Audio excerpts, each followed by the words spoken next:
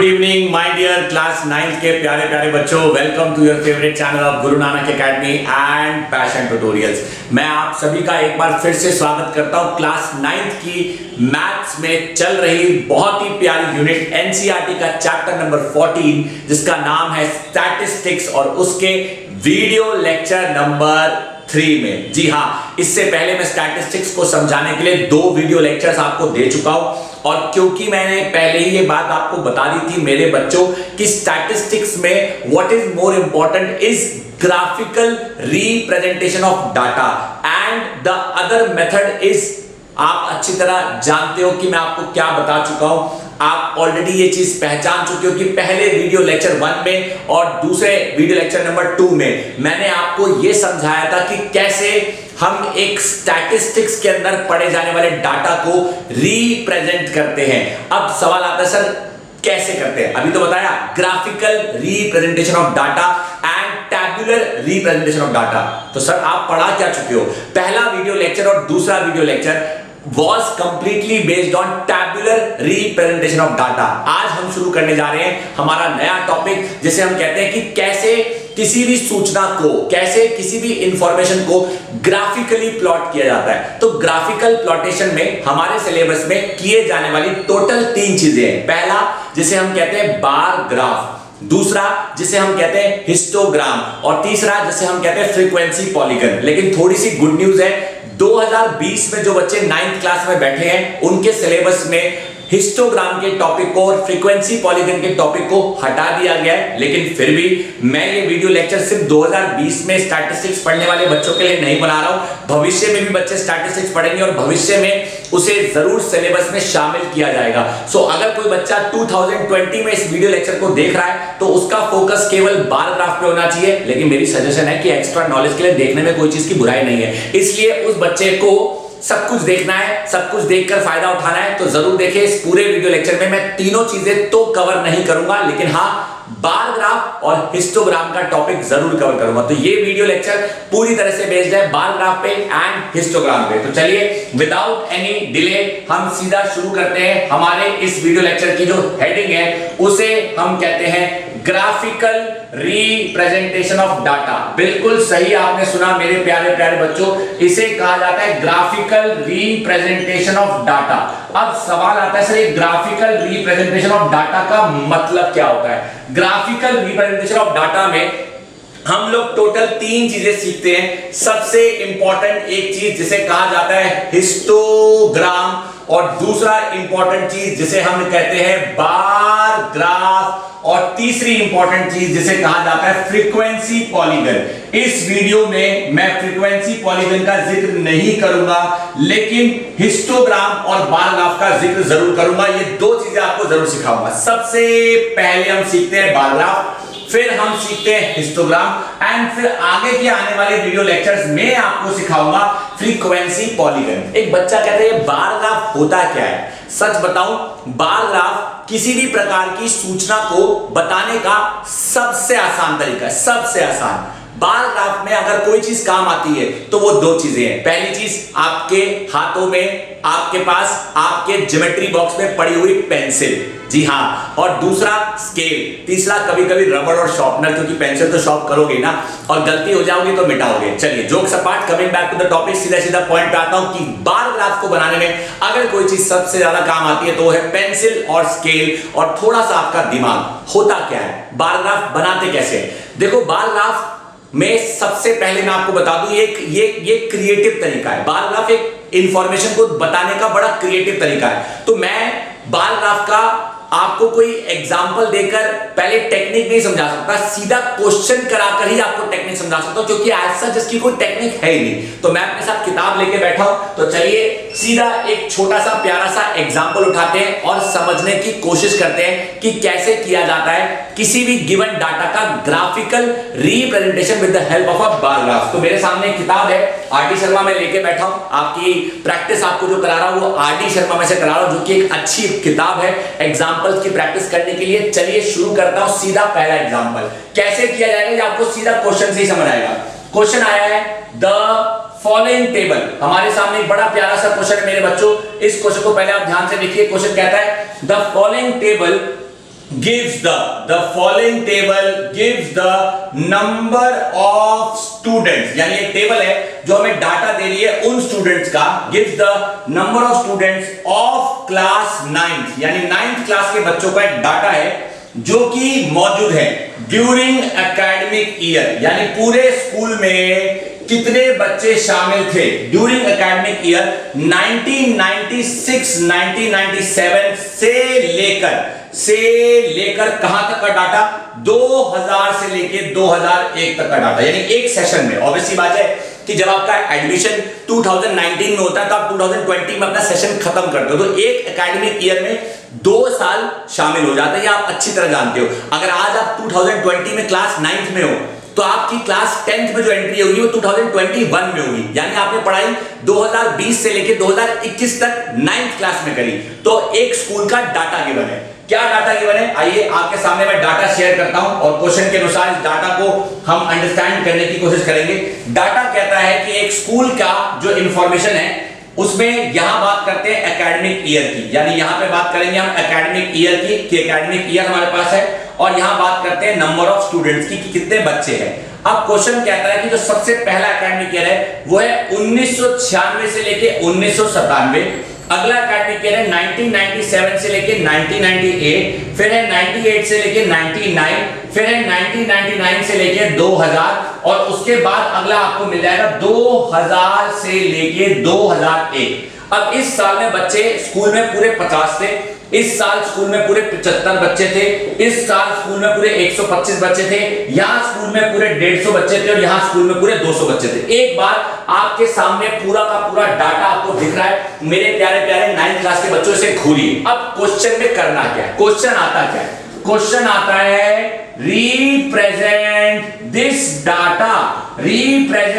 Data on a bar graph. जी हां मेरे प्यारे प्यारे बच्चों, क्वेश्चन आया है कि इस डाटा को बार ग्राफ पे रिप्रेजेंट करना है। अबे करते कैसे है तो मैंने सिखाया ही नहीं। हाँ यही तो मैं कह रहा हूं कि बार ग्राफ को अटेम्प्ट करने के लिए आपको सिर्फ क्रिएटिविटी इस्तेमाल करनी है। एक स्केल और पेंसिल की मदद से अपनी कॉपी में आप एक y एक्सिस बनाइए और एक x एक्सिस बनाइए, बिल्कुल सही, एक y एक्सिस बनाइए और एक x एक्सिस बनाइए, नीट एंड क्लीन। इस पॉइंट को आप ओरिजिन मान लीजिए, इस पॉइंट को ओरिजिन मान लीजिए। याद रखना कि जो डाटा है यहां पे वो ये है, ये डाटा, तो गिनती का कोई फिक्स वैल्यू नहीं है। 50 है तो एक काम करते हैं, हम 10-10 का या 20-20 का गैप भी ले सकते हैं, या 25-25 का भी गैप ले सकते हैं। 25 का गैप लेते हैं।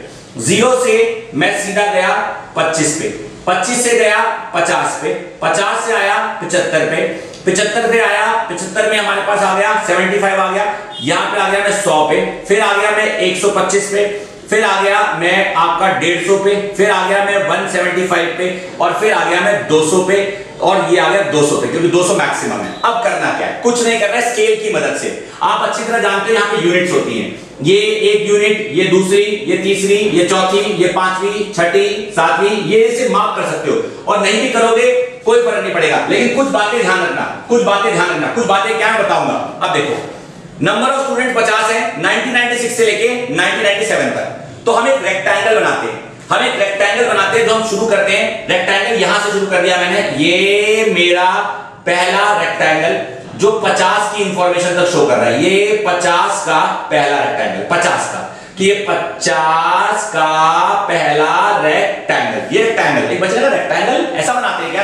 क्रिकेट का मैच तो आप भी देखते हो, क्रिकेट के मैच में जब कोई टीम के स्कोर को एक टीवी की स्क्रीन पे रिप्रेजेंट किया जाता है तो कुछ ऐसे ही किया जाता है कि पहले ओवर में कितने रन पड़े, यहां रन होते हैं, यहां पहला ओवर होता है, तो एक स्पेसिफिक क्रिएटिव डायग्राम होता है। तो एक तरह से ये डायग्राम है। 50 के लिए मैंने रेक्टेंगल बना दिया। एक बच्चा कहता है अगला रेक्टेंगल क्या? अगले रेक्टेंगल के बीच में गैप होना चाहिए, लेकिन बराबर का गैप होना चाहिए, इसलिए 1-1 सेंटीमीटर का गैप अच्छा चलेगा।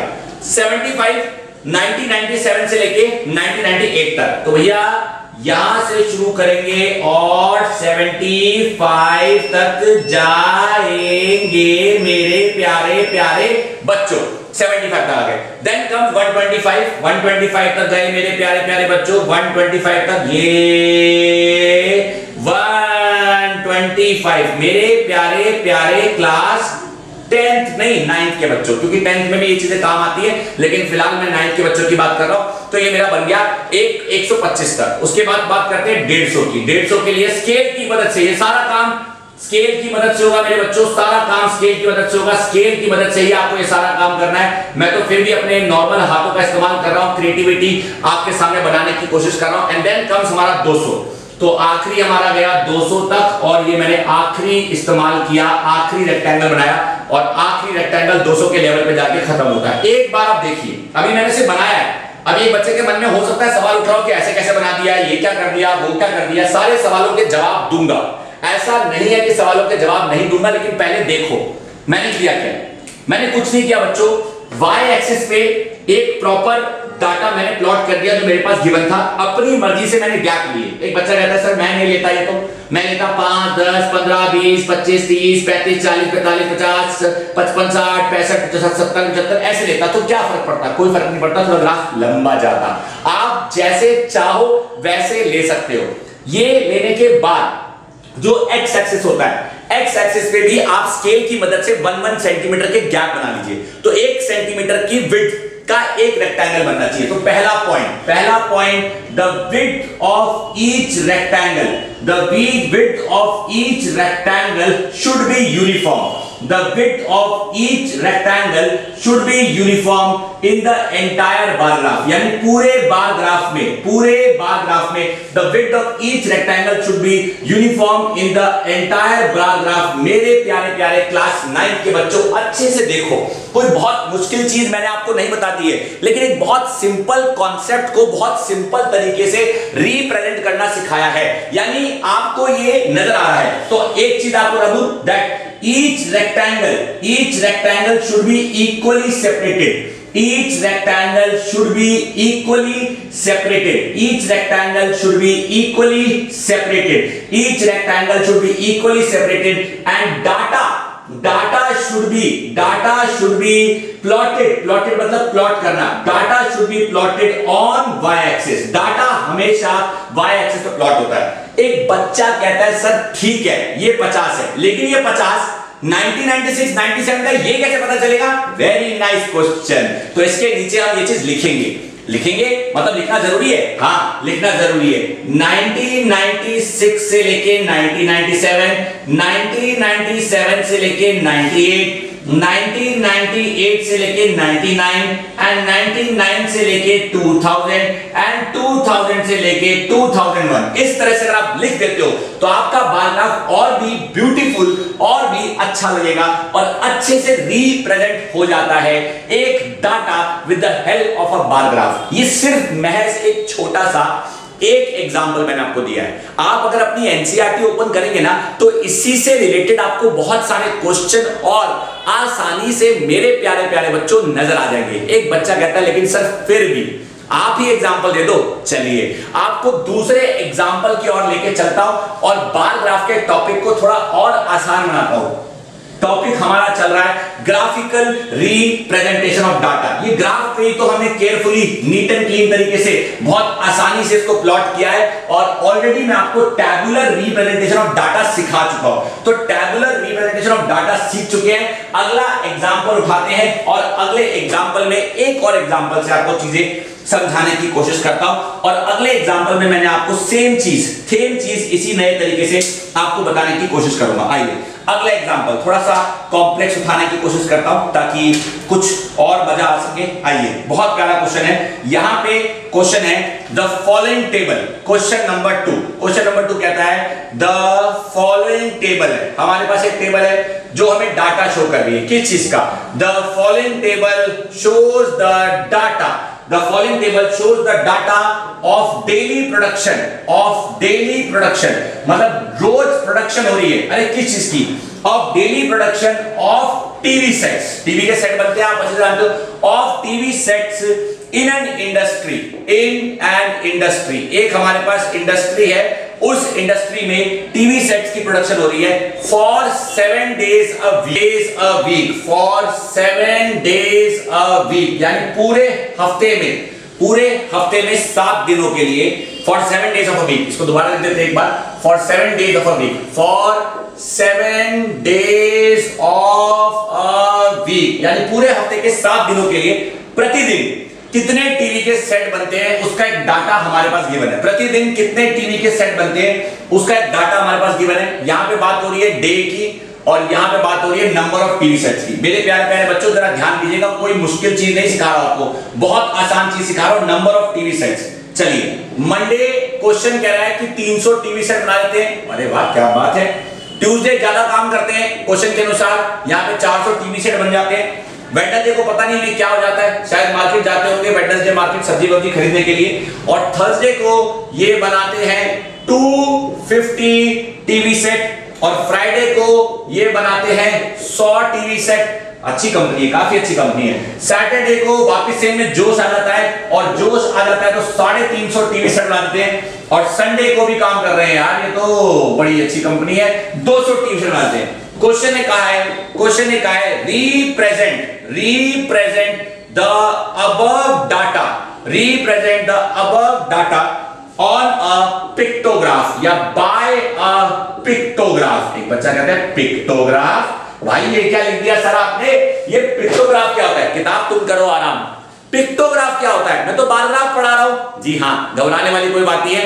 बार ग्राफ को हम पिक्टोग्राफ भी बोलते हैं क्योंकि है तो ये एक तरह की पिक्चर ही ना। आप कोई मेजरमेंट तो ले नहीं रहे हो, नॉर्मल अपनी स्केल पेंसिल की मदद से एक ड्राइंग ही तो बना रहे हो, क्रिएटिव ड्राइंग। आओ शुरू हो जाए, बनाए। क्या करेंगे? सबसे पहले y एक्सिस लेंगे, फिर क्या करेंगे यहाँ पे x एक्सिस लेंगे। मेरे प्यारे प्यारे 9th क्लास के बच्चों, स्केल की मदद से यहाँ पे जो गैप्स होते हैं उन गैप्स को मार्क कर लेंगे, 1-1 सेंटीमीटर पे मार्क कर लेना ताकि आप लोगों के लिए डिवीजन लेना आसान हो।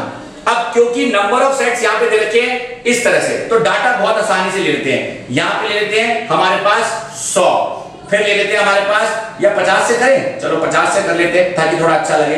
50, 100, 150, 200, 250, 300, 350 और 400। मेरे प्यारे प्यारे क्लास 9th के बच्चों, 300 सेट मंडे को, तो यहां से पहले जाएंगे 300 में। 300 कहां है भैया? 300 ये हो गया मंडे। बहुत प्यारा ग्राफ बनाऊंगा, देखना बहुत अच्छे से बनेगा। यहां लिख रहा हूं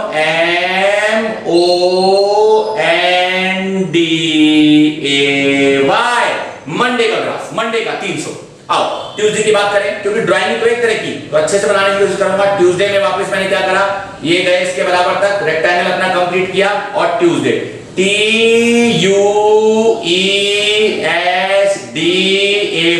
देखने वाले को साफ पता चलेगा भाई, ट्यूसडे वाले दिन 400 टीवी बना देते लोग। आओ जी बात करें वेडनेसडे की बात करते हैं। 150 की बात हो रही है, 150 की बात हो रही है, WED वेडनेसडे। आइए उसके बाद थर्सडे 250 की बात हो रही है, फिर से हमने बराबर का गैप रखते हुए 250 तक जाएंगे और 250 तक गए। मेरे प्यारे प्यारे क्लास 9th के बच्चों, आपको है चीजें समझ आनी चाहिए। थर्सडे बना दिया मैंने, जरा गौर से देखिएगा। फ्राइडे कितने बनते हैं? 100, फ्राइडे 100 बनते हैं। ये 100 का ग्राफ यहां तक बना, ये बन गया F और R और I। आप लाइन डाल के नीचे बना सकते थे, बट कोई बहुत बड़ी बात नहीं है। सैटरडे को बनाते हैं 350। वाह भाई वाह, सैटरडे को काफी अच्छा काम कर रहे हैं। ऊपर गए और 350 तक गए। जरा देखे। अरे क्या बात है, अंदाजा भी एकदम सही लेना चाहिए क्योंकि आपको स्केल की मदद से करोगे बच्चों तो आप लोगों को ग्राफ मुझसे काफी अच्छा बन जाएगा। संडे को भी काम करने बेचारे, कोई बात नहीं। ये देखिए, ये मैंने ग्राफ लिया और ये जाना है हमें 200 तक, तो 200 तक हम गए और ये हमने ग्राफ प्लॉट कर लिया और ये आ गया SUN संडे। जरा एक बार देख लीजिए ना, चेक कर ले इसको, 200 तक बराबर बैठ रहा है। हाँ भाई 200 बैठ रहा है, थोड़ा ऊपर नीचे मेरे अनुसार चलेगा लेकिन आपके अनुसार नहीं चलेगा क्योंकि आप लोग स्केल की मदद से कर रहे हो। Just have a look my dear class 9th के प्यारे प्यारे बच्चों, this is a bar graph और I can say this is a pictograph, जिसमें साफ साफ नजर आ रहा है कि एक टीवी प्रोडक्शन की कंपनी के द्वारा प्रतिदिन कितने टीवी बनाए जा रहे हैं, प्रतिदिन कितना काम किया जा रहा है, वो आपके सामने आपको नजर आ रहा है। और मैं तो ये सोच रहा हूं कि नजर आने से कहीं ज्यादा जरूरी है कि क्या मेरे बच्चों को समझ आ रहा है। ऑब्वियस सी बात है। So my dear students, let me tell you, bar graph का क्वेश्चन सबसे आसान होता है। आपने सिर्फ क्वेश्चन को केयरफुली ऑब्जर्व करना है कि उसमें क्या दिया है, उसके डाटा को हमेशा वाई एक्सिस पे प्लॉट करो एंड आसानी से आपका क्वेश्चन हो जाएगा। घबराने वाली कोई बात नहीं है। चलिए अब मैं आपको ले चलता हूं ग्राफिकल रिप्रेजेंटेशन ऑफ डाटा के दूसरे पड़ाव की ओर, यानी हिस्टोग्राम की ओर। हिस्टोग्राम क्या होता है? हिस्टोग्राम और बार ग्राफ में बहुत ज्यादा फर्क तो नहीं है, लेकिन छोटे छोटे फर्क हैं। वो क्या है, एग्जांपल के साथ आपको जल्दी समझ आ जाएगा। चलिए एक एग्जांपल लेते हैं और आपको हिस्टोग्राम बनाना सिखाते हैं मेरे प्यारे प्यारे क्लास 9 के बच्चों। अब मैं आपको वीडियो के उस पड़ाव पे लेके जा रहा हूं जहां मैं आपको हिस्टोग्राम बनाना सिखाऊंगा कि हिस्टोग्राम कैसे बनता है। आइए जानते हैं कि हिस्टोग्राम कैसे बनता है और हिस्टोग्राम में हमें क्या सीखना है। तो चलिए हम किताब का पन्ना पलटेंगे और हिस्टोग्राम के एग्जांपल की तलाश करेंगे। डियर हिस्टोग्राम तुम कहां हो? डियर हिस्टोग्राम हमें तुम चाहिए और हम तुम्हें बच्चों को है सिखाना चाहते हैं। आइए बड़ा प्यारा सा क्वेश्चन आ गया हमारे पास। हम शुरू करने जा रहे हैं हमारा टॉपिक जिसे हम कहते हैं हाउ टू ड्रॉ हिस्टोग्राम। हालांकि 2019 के सिलेबस में ये हट चुका है, लेकिन फिर भी आपको इस पे देना होगा पूरा ध्यान ताकि ना हो आप किसी भी वजह से जरा भी परेशान। How to draw a histogram, हम जानेंगे कि हिस्टोग्राम कैसे बनाया जाता है। आइए एक क्वेश्चन है और उस क्वेश्चन को ही हम सीधा सॉल्व करते हैं। प्यारा सा क्वेश्चन है, देखिए कहता है द फॉलोइंग टेबल, देखिए the following table, the following table, हमारे पास एक टेबल है। The following table gives the marks, the following table gives the marks. Marks का डाटा है हमारे पास जो कि स्कोर किया गया है किसके द्वारा? स्कोर्ड बाय पूरे 100 बच्चे, स्कोर्ड बाय 100 स्टूडेंट्स, यानी 100 बच्चों के द्वारा एक डाटा है उनके द्वारा सिक्योर किए गए मार्क्स का। और डाटा में क्या लिखा है मैं आपको बता देता हूं कि क्या यहाँ पे किताब में लिखा हुआ है जहां से मैं क्वेश्चन आप लोगों के लिए कॉपी कर रहा हूं। और यहाँ पे सबसे पहले बात की गई है मार्क्स के इंटरवल की, यानी मार्क्स के इंटरवल की, और यहाँ बात की गई है फ्रीक्वेंसी की कि कितने बच्चों के कितने मार्क्स आए हैं। 0 से 10 के बीच में, 0 से 10 के बीच में 4 नंबर लाने वाले 4 बच्चे हैं। 0 से 10 के बीच में 4 बच्चे हैं। 10 से 20 मार्क्स लाने वाले टोटल 10 बच्चे हैं और 20 से 30 मार्क्स के बीच में लाने वाले टोटल हमारे पास 16 बच्चे हैं, 16 बच्चे हैं। और 30 से 40 के बीच में, 30 से 40 के बीच में लाने वाले टोटल 22 बच्चे हैं। 40 से 50 के बीच में लाने वाले टोटल 20 बच्चे हैं। मेरे प्यारे प्यारे बच्चों आपके लिए चीजें समझाने की कोशिश कर रहा हूं। 50 से 60, 50 to 60 की बात करूं, 60 to 70 की बात करूं तो 50 to 60 के बीच में 18 बच्चे हैं, 60 to 70 के बीच में 8 बच्चे हैं। और अगर मैं 70 to 80 की बात करूं तो 70 to 80 के बीच में 2 बच्चे हैं। क्वेश्चन ने कहा है, क्वेश्चन कह रहा है रिप्रेजेंट दिस डाटा, क्वेश्चन ने कहा है represent this data on histogram. अब हिस्टोग्राम बनता कैसे ये तो मैंने सिखाया ही नहीं। एक बच्चा कहता है सर बात तो सही है आपने सिखाया ही नहीं, आप सीधा क्वेश्चन पे जंप कर गए। हाँ मेरे बच्चों मैं मानता हूं कि मैं सीधा क्वेश्चन पे जंप कर गया, लेकिन क्वेश्चन पे जंप करने की सबसे बड़ी वजह यह है कि क्वेश्चन के एग्जांपल से ही चीजें समझ आती हैं। तो इससे पहले कि मैं लिखूं आप थोड़ा सा दिमाग बिठा लो। हिस्टोग्राम के केस में जो रेक्टेंगल बनेंगे, हाँ रेक्टेंगल यहां भी बनेंगे, जो रेक्टेंगल बनते हैं वो एक दूसरे से चिपके हुए होते हैं। हिंदी में बोल रहा हूं चिपके हुए, मतलब उनके बीच में कोई स्पेस नहीं होता, उनके बीच में कोई स्पेस नहीं होता। हिस्टोग्राम के केस में आपको यहां पे क्लास इंटरवल दिया हुआ है। क्लास इंटरवल हमेशा, मैं ये पॉइंट लिख रहा हूं, याद रखना कि जब भी क्लास इंटरवल दिया जाएगा क्लास इंटरवल को हमेशा एक्स एक्सिस पे बनाओ, क्लास इंटरवल को हमेशा एक्स एक्सिस पे बनाओ एंड फ्रीक्वेंसी को, मेरे प्यारे प्यारे क्लास 9th के बच्चों, फ्रीक्वेंसी को हमेशा वाई एक्सिस पे बनाओ। एक बच्चा बोला मतलब आइए मतलब से बात है ना, आपको सीधा मतलब का खेल खेलते हैं। सबसे पहले हमने क्या करा, यहां पे बनाया वाई एक्सिस और यहां पे बनाया एक्स एक्सिस। मेरे प्यारे प्यारे बच्चों क्लास इंटरवल को हमेशा एक्स एक्सिस पे, तो क्लास इंटरवल क्या है, ये हो गया 0, ये हो गया 10, ये हो गया 20, ये हो गया 30, ये हो गया 40, ये हो गया 50, ये हो गया 60, ये हो गया 70, ये हो गया 80, ये हो गया 90 और अच्छा 80 तक जा रहा है, ठीक है, हो गया। अब फ्रीक्वेंसी ये दे रखी है, तो एक काम करते हैं, दो का गैप लेते हैं। दो का गैप लो करने, तो ये आ गया 2, ये आ गया 4, ये आ गया 6, ये आ गया 8, ये आ गया 10, ये आ गया 12, ये आ गया 14, ये आ गया 16, ये आ गया 18 और ये आ गया 20। चेक करें इसके ऊपर जा रहा है, नहीं जा रहा है, 22 तक भी जा रहा है, 22 तक भी जा रहा है। चलो भैया 22 तुम्हारी जगह बनानी पड़ेगी। ये आ गया आपका 22। मेरे प्यारे प्यारे बच्चों, तो ये हमारा y एक्सिस है। y एक्सिस पे प्लॉट होती है, y एक्सिस पे प्लॉट होता है डाटा, प्लॉट होता है डाटा, या फिर मैं कहूं y एक्सिस पे प्लॉट होती है फ्रीक्वेंसी। और मेरे प्यारे प्यारे बच्चों 9th क्लास के x एक्सिस पे प्लॉट होता है, x एक्सिस पे प्लॉट होता है क्लास इंटरवल, x एक्सिस पे प्लॉट होता है क्लास इंटरवल। जरा एक बार आप इस पे नजर डालिए, है अगर कोई मन में सवाल तो बवाल मचाइए। देखिए अब करना कैसे, रेक्टेंगल बनाने होते हैं, रेक्टेंगल चिपकते हैं। 0 से 10 का डाटा 4, तो भैया 0 से 10 तेरा डाटा 4, 10 to 20 का डाटा 10, तो 10 तक जाएंगे, इसको बढ़ाएंगे, यहां पे मिलाएंगे, लाइन ऐसे लगाएंगे और डाटा बदले में पाएंगे। 20 से 30 में 16, तो 16 तक जाएंगे, इसको बनाएंगे, नीचे हम लाएंगे, लाइन ऐसे लगाएंगे, लाइन लगा के डाटा बदले में हम पाएंगे।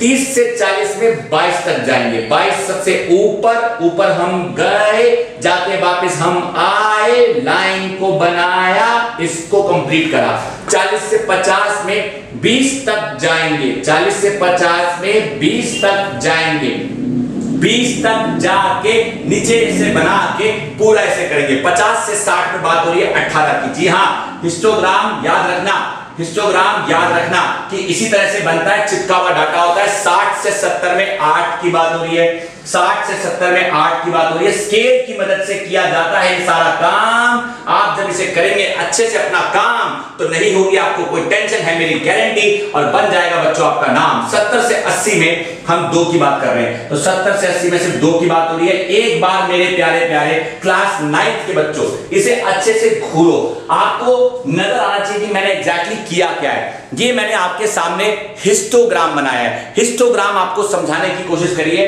कि हिस्टोग्राम की मदद से कैसे क्वेश्चन अटेम्प्ट किया जाता है। ये वो क्वेश्चन है जिसमें क्लास इंटरवल दिया हुआ था और फ्रीक्वेंसी दी हुई थी। अब कहानी में ट्विस्ट कब आता है, ट्विस्ट कब आता है मैं इस पर भी बताऊंगा। लेकिन ये जो क्लास इंटरवल है, ये क्लास इंटरवल आप एक चीज नोटिस करो, 0 से दे रखा है। क्या पता क्लास इंटरवल 100 से दे रखा होता, तो एक बच्चा कहता है यहां मैं सीधा 100 लिख देता, नहीं। अब मैं आपको उस क्वेश्चन का एग्जांपल दे रहा हूं जहां क्लास इंटरवल 0 से शुरू नहीं होता। जब क्लास इंटरवल 0 से शुरू नहीं होता तब एक ट्विस्ट आता है। लेकिन याद रखना, हिस्टोग्राम के ज्यादातर क्वेश्चंस में आपको क्लास इंटरवल दिया जाएगा, फ्रीक्वेंसी दी जाएगी और आपको इस तरह से हिस्टोग्राम बनाना पड़ेगा। आओ ट्विस्ट की बात करें कि क्वेश्चन में ट्विस्ट कब आता है। क्वेश्चन में बात कर रहे हैं उस ट्विस्ट की जब क्लास इंटरवल 0 से शुरू नहीं होता। तब क्या करते हैं, जब क्लास इंटरवल 0 से शुरू नहीं होता तब कोई बहुत बड़ा कारनामा नहीं करते, क्वेश्चन ऐसे ही होता है। बस एक छोटा सा मॉडिफिकेशन है जो आपको पता होना चाहिए। आइए सेकंड एग्जांपल से समझते हैं। डियर किताब देवता, आपकी हमें मदद की जरूरत पड़ेगी क्योंकि बच्चों को हमें है सिखाना। आइए हमारे पास प्यारा सा क्वेश्चन नंबर 2 क्या कहता है। क्वेश्चन नंबर 2 मेरे प्यारे प्यारे बच्चों जरा ध्यान दीजिएगा, कहता है द फॉलोइंग। क्वेश्चन नंबर 2 कहता है the following is the distribution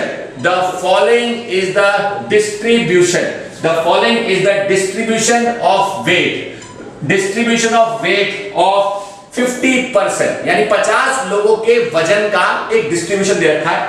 और यहां बात हो रही है किसकी, वेट की, और यहां बात हो रही है नंबर ऑफ पर्संस की, कि भैया कौन सी वेट की कैटेगरी में कितने लोग आते हैं। जरा एक बार दीजिएगा ध्यान और नहीं होइएगा एक बार भी परेशान। आइए मेरे प्यारे प्यारे बच्चों, 50 से 55 कैटेगरी में, 50 से 55 में 12 लोग हैं, और 55 से 60 की कैटेगरी में 8 लोग हैं, और 60 से 65 की कैटेगरी में 5 लोग हैं, और 65 से 70 की कैटेगरी में 4 लोग हैं। 70 से 75 की कैटेगरी में 5 लोग हैं। और उसके बाद की अगर बात करें 75 से 80, 75 से 80 और आगे हमारे पास आ जाता है 80 से 85 एंड देन कम्स हमारे पास 85 टू 90। तो 75 टू 80 में 7 लोग हैं, यहाँ पे 6 लोग हैं और यहाँ पे 3 लोग हैं। जरा एक बार दीजिए ध्यान, है मेरी गारंटी मेरे बच्चों आपको नहीं होना पड़ेगा परेशान। आइए, what is this type? This is type 2। This is type 2 जब क्लास इंटरवल 0 से शुरू नहीं होता। जब क्लास इंटरवल 0 से शुरू नहीं होता। क्लास इंटरवल कॉन्टिन्यूअस है। कॉन्टिन्यूअस तो है, कॉन्टिन्यूअस कैसे? 5 का गैप, 5 का गैप, 5 का गैप, 5 का गैप, 5 का गैप, 5 का गैप, 5 का गैप, 5 का गैप, इसलिए कॉन्टिन्यूअस है। लेकिन 0 से शुरू नहीं होता। तब क्या करते हैं? वापस से वही y एक्सिस बनाया, x एक्सिस भी बनाया। मेरे प्यारे प्यारे बच्चों ध्यान दीजिए, आपको चीजें समझ आनी चाहिए और चीजें समझ तभी आएंगी जब आप ध्यान देंगे। क्योंकि ये 50 से शुरू हो रहा है तो हम यहां पे 0 तो लिख देंगे, 0 तो लिखेंगे, लेकिन 0 के बाद इमीडिएटली यहां पे हम 50 अगर लिखते हैं, अगर मैं यहां लिखता हूं 50 तो फिर मैं यहां लिखूंगा 55। अब यहां पे हम बनाते हैं एक पहाड़ ऊपर एक पहाड़ नीचे, इसे कहते हैं किंक। ये किंक बताना जरूरी होता है। किंक ये शो करता है, किंक शो करता है, किंक शो करता है कि वैल्यू जंप करी है, कि वैल्यू 0 से शुरू नहीं है, वैल्यू 0 से शुरू नहीं है। ऑब्वियसली बात है 0 से शुरू नहीं है। यहां 0 लगा दिया लेकिन 0 से जंप करके कहां गई? 50। तो पहला इंटरवल कहां से आया? 50 से 55। 50 से 55 के बाद यहां पे मैं लगाऊंगा 60, फिर लगाऊंगा मैं 65, फिर लगाऊंगा मैं 70, फिर लगाऊंगा मैं 75, फिर लगाऊंगा मैं 80 और फिर लगाऊंगा मैं 85। मेरे प्यारे प्यारे क्लास 9th के बच्चों आपके सामने बस कोई फर्क नहीं है। ये वो क्वेश्चन है हिस्टोग्राम का जिसमें क्लास इंटरवल 0 से शुरू नहीं था, इसलिए आपने पहला इंटरवल यहां ना बना के थोड़ा सा आगे बनाया और बीच में किंक बना दिया। तो किंक इसे कहते हैं। इसे बनाने से एग्जामिनर को यह पता चल जाता है कि बच्चे ने जो क्लास इंटरवल लिए हैं वो क्लास इंटरवल में वैल्यू 0 से स्टार्ट ना होकर किसी बड़ी वैल्यू से जंप करके शुरू हो रही है, यानी 50 से शुरू हो रही है। आइए डाटा आपके सामने है, वही दोनों का गैप लेते हैं, ज्यादा अच्छा समझ आएगा। यहां पे हमारे पास आ गया 2, यहां पे आ गया हमारे पास 4, यहां आ गया 6, फिर आ गया 8, फिर आ गया 10, फिर आ गया 12, फिर आ गया 14, फिर आ गया 16, फिर आ गया 18 और ऊपर आ गया 20। मेरे प्यारे प्यारे क्लास 9th के बच्चों समझ आना चाहिए। आइए आइए अब 50 से 55 में 12, तो 50 से 55 में 12, 50 से 55 में 12, तो 50 से 55 का ये मैंने ग्राफ बना दिया, आपके सामने है, आपको दिखना चाहिए और समझ भी आना चाहिए बखूबी। आइए 55 से 60 की बात करें। 55 से 60 में मैंने ये बना दिया 8, 55 से 60 में मैंने बना दिया 8। आइए बात करते हैं 60 से 65 की। 60 से 65 में बात हो रही है 5 की, तो 5 जो होगा वो 4 और 6 के बीच में होगा, तो ये मैंने बना दिया 5 का। मेरे प्यारे प्यारे 9th क्लास के बच्चों 65 से 70 में अगर बात करें 4 की, तो 65 से 70 में 4 ये रहा मेरे प्यारे प्यारे क्लास 9th के बच्चों। 70 से 75 की बात करें तो 70 से 75 में 5 वापस से इसके बराबर आएंगे ये, और वापस से ये वैल्यू हमें सेम टू सेम मिल जाएगी। आओ 75 से 80 की बात करें, 75 से 80 7 यहां लाया करेगा कहीं, ये आप स्केल की मदद से बना सकते हैं। मैं तो अपने हाथों से कर रहा हूं, मैं जो कर रहा हूं ये सब कुछ हाथों से कर रहा हूं, आपको स्केल से करना है, ग्राफ पेपर में करना है। अगर ग्राफ पेपर में नहीं करते हो, कॉपी में करते हो, तो नीट एंड क्लीन करना है, क्योंकि कॉपी में तो लाइंस होती हैं तो आप आसानी से कर पाओगे। तो नॉट नेसेसरी कि ग्राफ पे करो, लेकिन एडवाइस है कि ग्राफ पे करो। क्यों? क्योंकि क्वेश्चन जो करा रहा हूं, टॉपिक जो करा रहा हूं, उसका नाम ही यही है, ग्राफिकल रिप्रेजेंटेशन ऑफ डाटा। जी हां मेरे प्यारे प्यारे क्लास 9th के बच्चों, आइए 80 से 85 की अगर बात करूं तो 80 से 85 में हमारे पास आ गया आपका 6, 80 से 85 में हमारे पास आ गया 6, ये हमारे पास आ गया 6। 85 से 90 में बात करूं तो हमारे पास आ गया 3, 85 से 90 में आ गया ये हमारे पास 3। जरा एक बार मेरे प्यारे प्यारे क्लास 9th के बच्चों घूरो, आपके सामने आपको साफ साफ पूरा का पूरा डाटा दिख रहा है। y एक्सिस पे मैंने बनाए हैं नंबर ऑफ पर्संस और x एक्सिस पे बनाया है मैंने उनकी फ्रीक्वेंसी, यानी मैं साफ साफ यहां लिख सकता हूं, यहां साफ साफ लिख सकता हूं, मतलब frequency in the sense data हमारे पास ये फ्रीक्वेंसी है, माफी चाहूंगा, मैंने बनाया वाई एक्सिस पे बनाया है, वाई एक्सिस पे बनाया है फ्रीक्वेंसी को, ये याद रखना है, मैंने पहले भी बताया था, और एक्स एक्सिस पे बनाया है मैंने क्लास इंटरवल को, यानी साफ साफ शब्दों में कहूं तो एक्स एक्सिस डिनोट कर रहा है वेट की कैटेगरी को, और वाई एक्सिस डिनोट कर रहा है नंबर ऑफ पर्संस को, बस याद रखें, ये वाली बात आपको याद रखें कि जब क्लास इंटरवल जीरो से शुरू ना होकर किसी बड़ी वैल्यू से शुरू होता है, जीरो से शुरू ना होकर किसी बड़ी वैल्यू से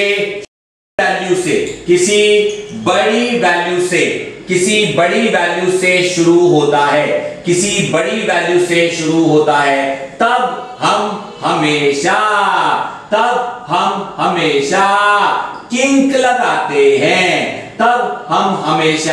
किंक लगाते हैं, यानी किंक मतलब कि ये वाला किंक। ये एक छोटा सा ट्विस्ट है यार, बात बता, बच्चा कहता है हाँ सर बात तो सही है, क्वेश्चन तो बिल्कुल पहले के जैसा ही है, बस एक छोटा सा फर्क है कि पहले वाले में इंटरवल 0 to 10 से शुरू हो रहे थे, मतलब 0 से शुरू हो रहे थे, यहां इंटरवल सीधा जंप कर गया।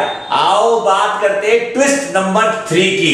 आपको मैं एक और एग्जांपल देता हूं जो कि बहुत इंपॉर्टेंट एग्जांपल है, आपकी एनसीईआरटी में भी अगर आप देखेंगे तो आपको ये एग्जांपल में ही नजर आएगा, और बहुत सारे बच्चे इसे इंटरप्रेट नहीं कर पाते, मतलब वो नोटिस ही नहीं कर पाते, ये क्वेश्चन में एक एरर था। आओ क्या एरर है, मैं उसका एक छोटा सा एग्जांपल आपको देता हूं। पहले एग्जांपल देता हूं, अगर आप आइडेंटिफाई कर पाए तो अच्छी बात है, अगर आप आइडेंटिफाई नहीं कर पाए तो मेरा बताना काम है, तो मैं आपको बताऊंगा, आपको पूरी तरह से ये चीज सिखाऊंगा ताकि आपको समझ आए। मेरे प्यारे प्यारे क्लास 9 के बच्चों, डियर किताब देवता आपकी मदद लेंगे और बच्चों को एक क्वेश्चन और कराएंगे। देखिए बहुत प्यारा क्वेश्चन है, क्या क्वेश्चन है, क्वेश्चन आया है रिप्रेजेंट, ये देखो मेरे प्यारे प्यारे बच्चों, क्वेश्चन आया है रिप्रेजेंट द फॉलोइंग डाटा। एक हमारे पास डाटा है, इस डाटा को हमें हिस्टोग्राम पे प्लॉट करना है, represent the following data on histogram. और डाटा क्या है आपके सामने बनाना चाहूंगा। डाटा कहता है वीकली वेजेस का डाटा है, वीकली वेजेस मतलब कि हफ्ते में कितना पैसा कमाने को मिल रहा है। आइए यहां पे मैं लिख रहा हूं वीकली वेजेस की बात हो रही है, और वीकली वेजेस के लिए मैंने यहां पे बात करी फ्रीक्वेंसी की, यहां बात करी है फ्रीक्वेंसी की। एक बार देख लीजिए, आपके सामने मैं आपको डाटा रिप्रेजेंट करके दिखा रहा हूं और कैसे ये चीज बनाऊंगा, जरा ध्यान दीजिएगा। तो ये मेरे पास आ गया 10 से 15, अब दिखाई देगा आपको अच्छे से, 15 से 20, और हमारे पास आ गया 20 से 25, और 25 से 30, और 30 से 40, और 40 से 60, और 60 से 80।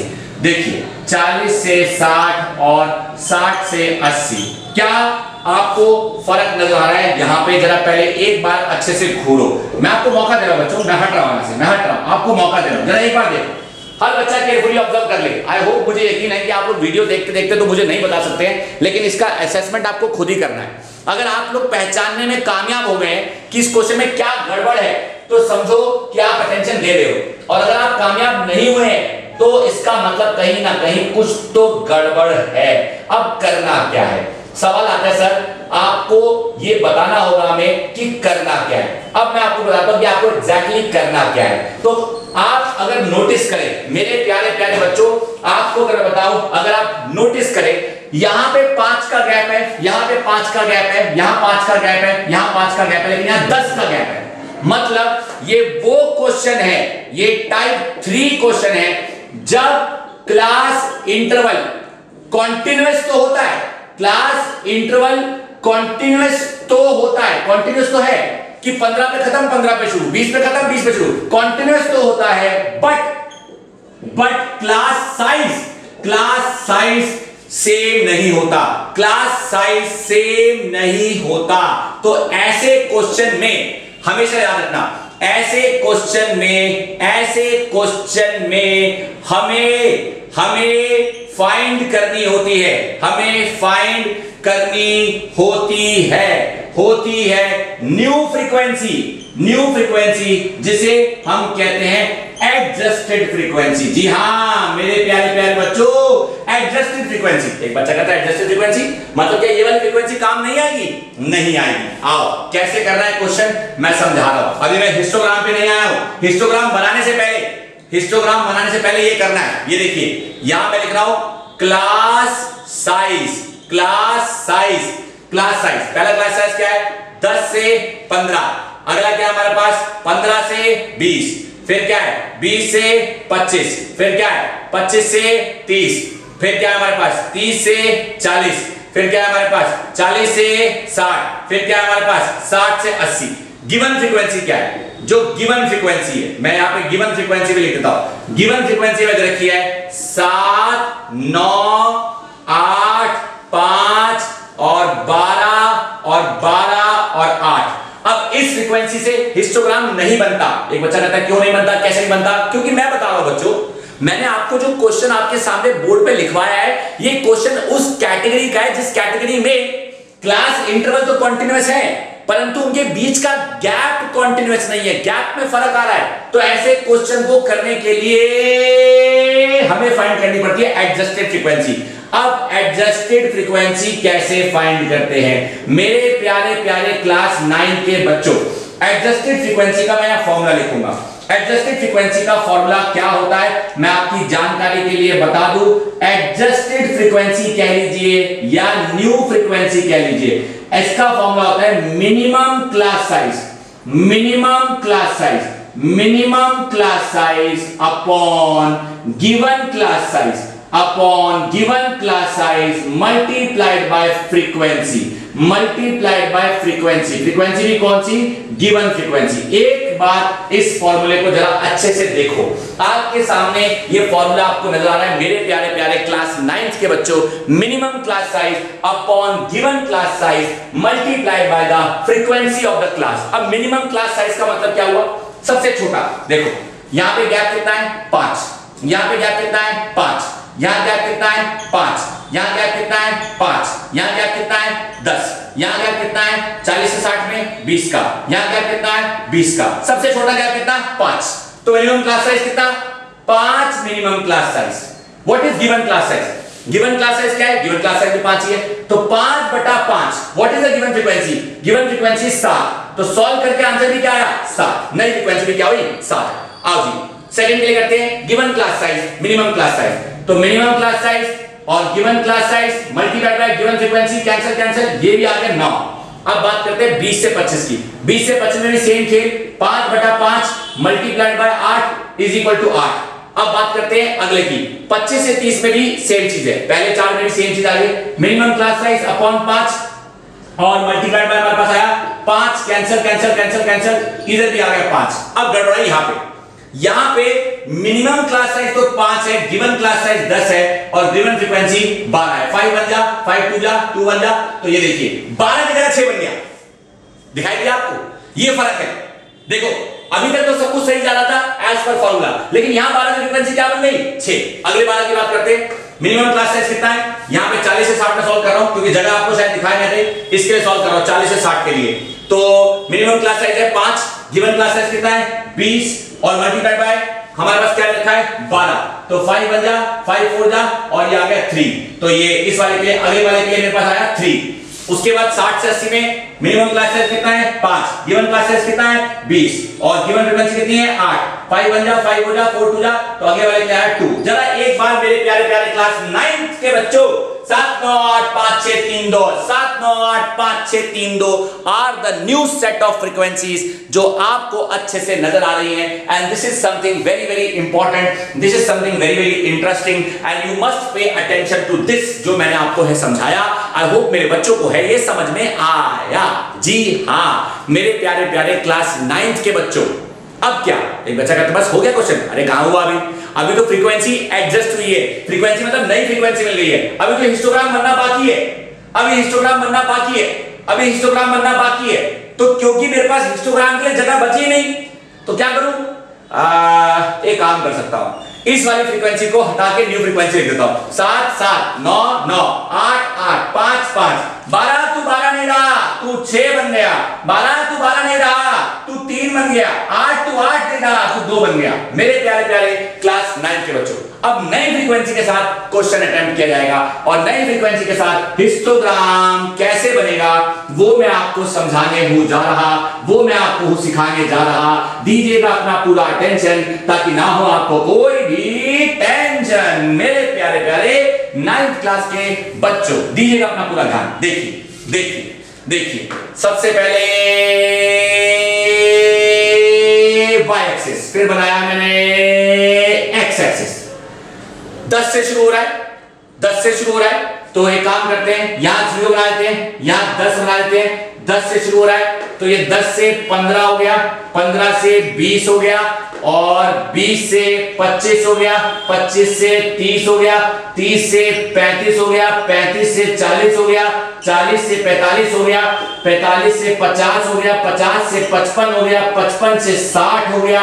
मेरे प्यारे प्यारे बच्चों, 60 से 65 हुआ, 65 से 70 हुआ, 70 से 75 हुआ, और 75 से 80 हुआ। जरा गौर से देखिए, आपको अच्छे से दिखना चाहिए। अब फ्रीक्वेंसी की बात करते हैं। फ्रीक्वेंसी बहुत ज्यादा भी नहीं है, हम एक काम करते हैं, 1 1 का गैप ले लेते हैं। 1 और 2 और 3 और 4 और 5 और 6 और 7 और 8 और 9 और 10।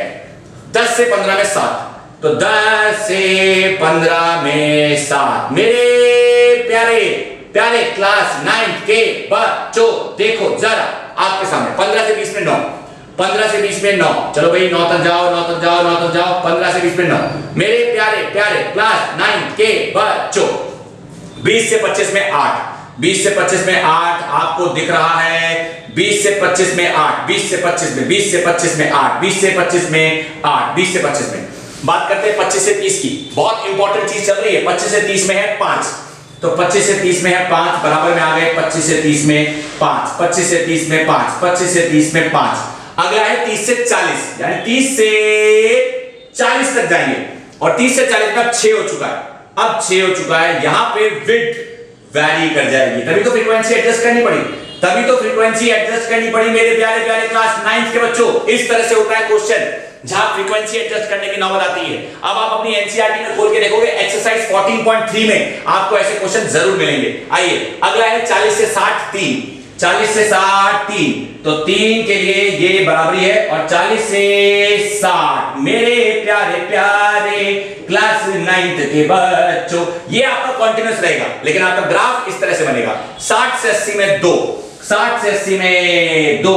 माय डियर क्लास 9 के प्यारे प्यारे बच्चों, दीजिए जरा पूरा ध्यान। है मन में कोई सवाल तो आप मचाइए आधा या पूरा बवाल। This is a very very very important question आपके सिलेबस के पॉइंट ऑफ व्यू से, आपके हिस्टोग्राम के पॉइंट ऑफ व्यू से पेपर में आने की जिसकी सबसे ज्यादा संभावना है। अगर आपको मेरी बात पे यकीन नहीं है मेरे प्यारे प्यारे बच्चों, मैं बताना चाहूंगा कि एनसीईआरटी क्लास 9 की एनसीईआरटी का पेज नंबर 252 उठा के देखो, वहां पे भी आपको एडजस्टेड फ्रीक्वेंसी का एक एग्जांपल जरूर मिल जाएगा। और 14.3 एक्सरसाइज में जितने भी सवाल हैं, अब वो आप सारे कर सकते हो सिवाय एक प्रकार के सवाल के, जहां लिखा होगा ड्रॉ द फ्रीक्वेंसी पॉलीगन।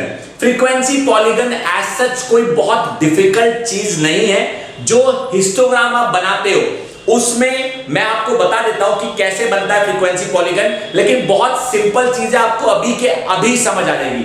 आपने जो ये हिस्टोग्राम बनाया है, इस हिस्टोग्राम के हर एक पर्टिकुलर बार की मिड वैल्यू को सेलेक्ट किया जाता है। बिल्कुल सही, मिड वैल्यू मतलब कि इसके बीच वाली वैल्यू, मिड वैल्यू का मतलब इसके बीच वाली वैल्यू, और इस बीच वाली वैल्यू को फ्री हैंड से अगर हम ज्वाइन कर देते हैं, फ्री हैंड से अगर हम ज्वाइन कर देते हैं तो आपको ये चीज समझ आ जाती है, और ये बिल्कुल लिख जाता है। जिस तरह से ये आ रहा होता है उसी तरह से ये आगे जाता है, चाहे ये पीछे जाए। मतलब ऐसा नहीं कि आप इसे जबरदस्ती लाएंगे, नहीं, जिस तरफ ये आ रहा है फ्री हैंड से, इस तरह से जो आप ग्राफ बनाते हैं उसे कहते हैं फ्रीक्वेंसी पॉलीगन। याद रखना कि ये फ्रीक्वेंसी पॉलीगन हिस्टोग्राम बनाने के बाद बनेगा।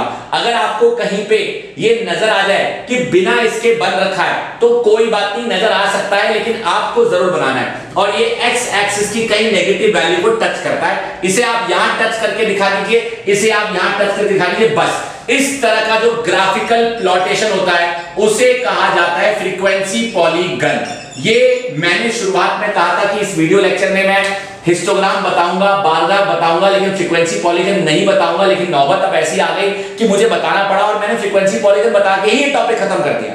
तो मतलब सर आप ये कहना चाहते हो कि हम ये मान लें कि स्टैटिस्टिक्स का ग्राफिकल रिप्रेजेंटेशन ऑफ डाटा कैसे होता है उसका पूरा कॉन्सेप्ट खत्म हो चुका है? जी हां मेरे प्यारे प्यारे बच्चों, 9th क्लास के 2020 में, 2020 की बात कर रहा हूं, 2020 में अगर मैं सिलेबस की बात करूं तो 2020 के पॉइंट ऑफ व्यू से स्टैटिस्टिक्स खत्म हो चुका है। लेकिन एक और चीज है जो इस यूनिट में है, जो कि मैं बहुत जल्द लौट कर आऊंगा और उस पर वीडियो लेक्चर जरूर बनाऊंगा, ताकि भविष्य में जो बच्चे स्टैटिस्टिक्स पढ़े उन्हें ऐसा ना लगे कि यार इसका तो कहीं भाग ही गायब हो गया, इसका अगला भाग तो आया ही नहीं है, जिसे हम कहते हैं concept of mean, median and mode. Concept of mean, median and mode class 9th में भी काम आता है, क्लास 10th में भी काम आता है। तो उसे जब भी मैं बनाऊंगा तो 9th और 10th दोनों के पर्सपेक्टिव को पूरी तरह से ध्यान में रखते हुए वो बनाऊंगा। तो ये बात मुझे ऐलान करने में अब नहीं है कोई शंका, अब बता दूंगा मैं इस बात का पूरा डंका कि हमारी 9th क्लास के स्टैटिस्टिक्स चैप्टर का हो चुका है खात्मा। आप एनसीईआरटी ओपन करो, एक्सरसाइज 14.3 को फिनिश करो।